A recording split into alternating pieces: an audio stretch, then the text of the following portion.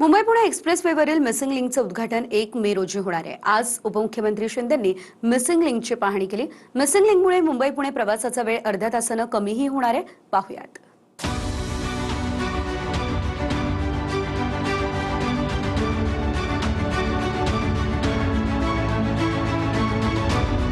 Mumbai Pune missing link 1 मे रोजी वाहतुकीसाठी खुला होणार आहे। मुख्यमंत्री आणि उपमुख्यमंत्र्यांच्या उपस्थितीत याचं लोकार्पण होणार आहे।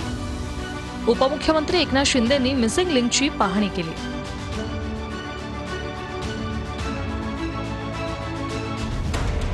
मिसिंग लिंक हा 13 किलोमीटर आणि 300 मीटर लांबीचा प्रकल्प आहे। मिसिंग लिंक सुरू झाल्यानंतर खंडाळा घाटातल्या ट्रॅफिक पासून प्रवाशांची सुटका होणार आहे। यामुळे मुंबई पुणे प्रवासाचा वेळ अर्ध्या तासानं वाचणार। मुंबई पुणे दरम्यानचं अंतरही 6 किलोमीटरने कमी होणार आहे। मिसिंग लिंकमध्ये पहिल्या 6 महिन्यांसाठी केवळ प्रवासी कार आणि बसेसनाच परवानगी देण्यात येणार आहे। मिसिंग लिंक सुरू झाल्यानंतर एक्सप्रेसवेवरच्या टोलमध्ये कोणतीही वाढ होणार नाही। मिसिंग लिंककडे जगातल्या अभियांत्रिकीचा अद्भुत नमुना म्हणून पाहिलं जातंय।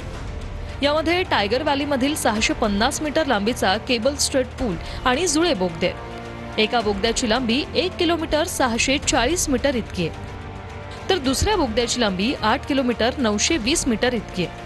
मिसिंग लिंक हा संपूर्णपणे खंडाळा आणि लोणावळा शहराच्या खालून जाणार आहे। आता जो घाट आहे या घाटामध्ये 10 लेनचं आपण 3 लेन मध्ये जातो नाही का। 10 लेन आहेत त्याच्या 3 लेन मध्ये जातो। घाटामध्ये अडचण होते, तिथे वाहतूक कोंडी होते आणि अपघातही होतात। या मिसिंग लिंकमुळे हे सगळे अपघात बिलकुल शून्यावर येतील। मी पुन्हा एकदा सांगतो, या मिसिंग लिंकमुळे अपघात बिलकुल होणार नाहीत, कारण घाट सेक्शन पूर्ण अवॉइड होईल, इंधन मध्ये बचत होईल।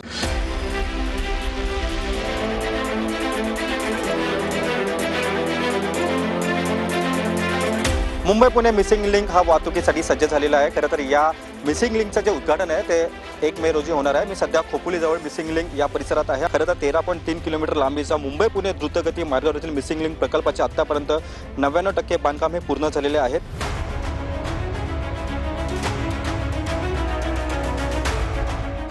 खरं तर खंडाळा घाट विभाग टाळल्यामुळे या प्रकल्पामुळे प्रवासाचा जो वेळ आहे तो 30 ते 60 मिनिटांनी कमी होईल। पहिल्या 6 महिन्यासाठी केवळ प्रवासी कार आणि बस सेवा यांनाच परवानगी देण्यात आलेली आहे।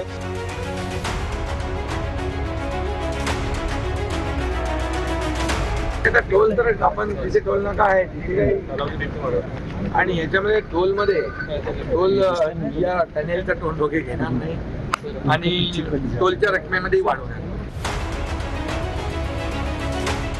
खरं तर खंडाळा घाट विभाग टाळल्यामुळे या प्रकल्पामुळे प्रवासाचा जो वेळ आहे तो 30 ते 60 मिनिटांनी कमी होईल। पहिल्या 6 महिन्यासाठी केवळ प्रवासी कार आणि बस सेवा यांनाच परवानगी देण्यात आलेली आहे। हा सगळ्यात महत्त्वाचा हा Mumbai Pune access control road पहिला होता, तो भारतातला आपला पहिला access control.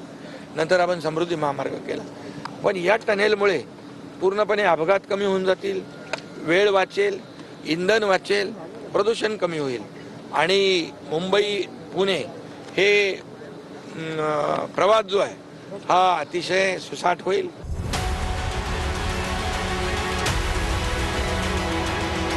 Video journalist Kamlesh साहा, मी रवी खरात, TV9 मराठी, खोपोली, रायगड।